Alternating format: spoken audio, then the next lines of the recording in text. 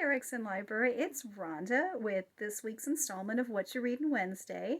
And we just had our kickoff to our anime manga club virtually. So we're trying to restart the club going again. So if you know anybody who's into anime manga, please let them know. Looks like we're going to try out Thursday afternoon for next month, probably the third Thursday of the month moving forward, to see how that works for everybody. So hopefully that'll go well. But again, just please let us know if you know anybody who would love to come join us for our anime manga club. So, it is the very last day of March today. Ironically, landed on a Wednesday. So, tomorrow is April Fool's Day. So we'll be starting April. So we have a couple really fun events coming up for April that I was really excited to tell you about. So April is National Poetry Month. So starting on Monday, you can register and come pick up a Blackout Poetry Kit. So if you have never done Blackout Poetry, definitely Google it. You can look online and find tons of great examples and ideas. But basically what it is we will provide you with a few pages taken from books or other type of literature, and you just sit with it and you kind of just skim it, and any words that kind of stand out to you, kind of like circle them or isolate them. And then what you do is, when you've kind of picked out the words that stand out to you, you actually use those words to form a poem. So basically, we will provide you with a Sharpie if you don't have one. And basically you isolate those words and then you black everything out around it, and so then those words form your poem. And some people actually add other colors besides black around there. Some people will do it all black and then draw artwork around the poem that kind of corresponds with what the poem's theme is. There are all kinds of ideas. So all month we'll provide those. And then we're actually going to have a live poetry night on Zoom. So anybody can come join in, all ages. So if you've created a Blackout Poetry, I encourage you to come and share your poem. If you have a favorite poet, or there's a poem that you want to read, we would love to have you join us and do that. And then, of course, if people just want to come and hang out and listen to people share poetry, that would be great too. So that's towards the end of April. And then the other really fun thing we're doing is called the Book Face Challenge. So I'm challenging all my teens, but anybody else who'd like to participate, you are more than welcome to.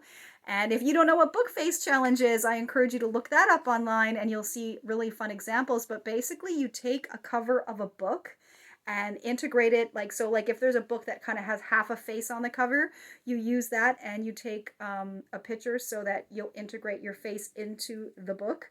Or you can use, for instance, on the poster I created for the event, I used the Twilight book, which of course has the two arms with the apple on the cover. So I had someone hold the book for me and take a picture so it looks like my own arms run down into the book cover. So it's pretty cool.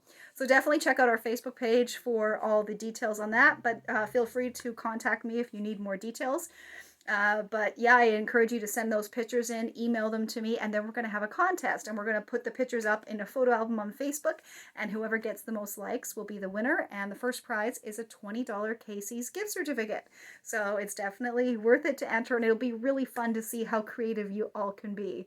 So please get those into me, and the deadline for those would be April 16th, which should be, I believe, a Friday. And we're doing that in celebration of National Library Week, which is April 10th, 5th through the 10th. So lots of fun things happening in April. So without further ado, I wanted to let you know we just got this at the library, so it is ready to be checked out. It is Amanda Gorman, The Hill We Climb. And of course, poem has become super famous. It was an inaugural poem for the country that was written by her, and the foreword in this book is done by Oprah.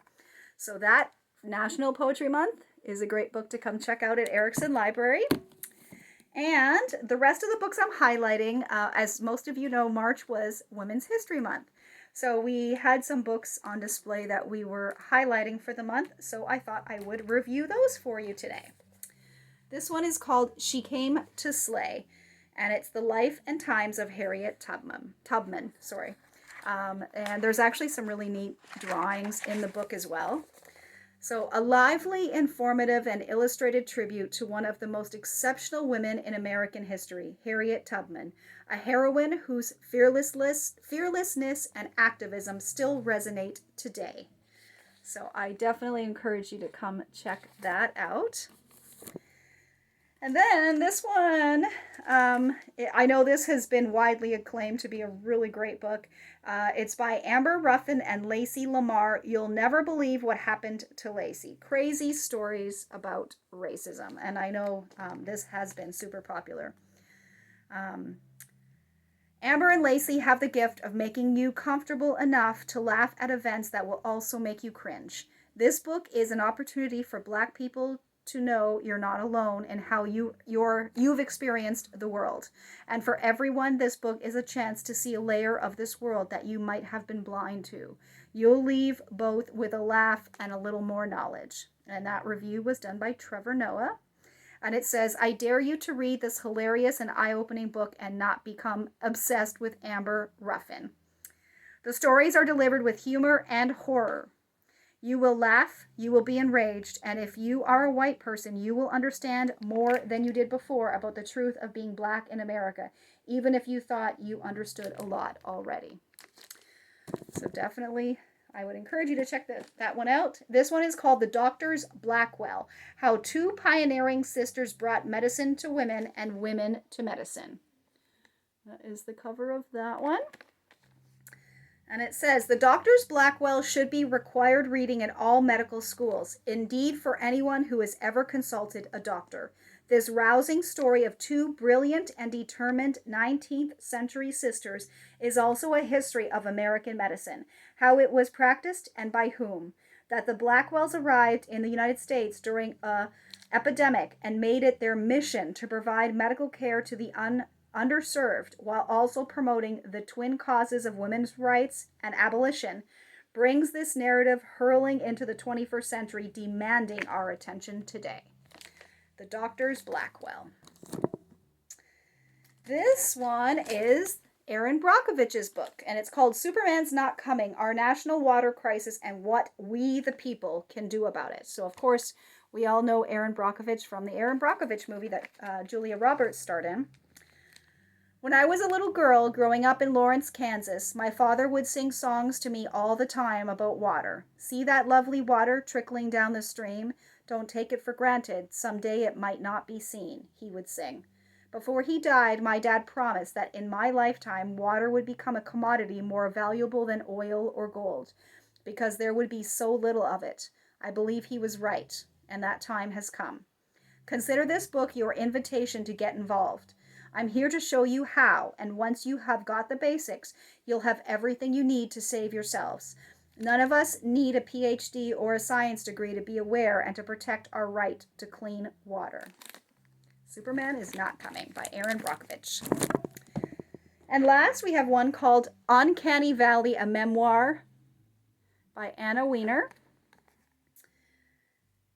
And in her mid-20s, at the height of tech industry idealism, Anna Wiener, restless and looking for meaning in her work, like any good millennial, left a job in book publishing for the promise of a new digital economy. She moved from New York to San Francisco, where she landed a big data startup in the heart of the Silicon Valley bubble, a world of surreal extravagance, dubious success, and fresh-faced entrepreneurs hell-bent on domination, glory, and of course, progress. Anna arrived during a massive cultural shift as the tech industry rapidly transformed into a locus of wealth and power rivaling Wall Street. But amid the company's ski vacations and in-office speakeasies, a new Silicon Valley began to emerge, one in far over its head and enriching itself at the expense of the idyllic future it claimed to be building. Unsparing and incisive, written with wit, candor, and heart, Uncanny Valley is a cautionary tale and a revelatory interrogation of a world reckoning with consequences in its unwitting designers, if they are only beginning to understand. Uncanny Valley. And it's a New York Times bestseller. So there you go. I hope some of those suggestions entice you to come put those on hold and pick them up at the library. And as always, we're happy to have you come in and browse, or we can deliver to you curbside, whatever you are comfortable with. So I hope that you all have a wonderful spring holiday this coming weekend, and I hope to see you soon at Erickson Library. Until next week, take care.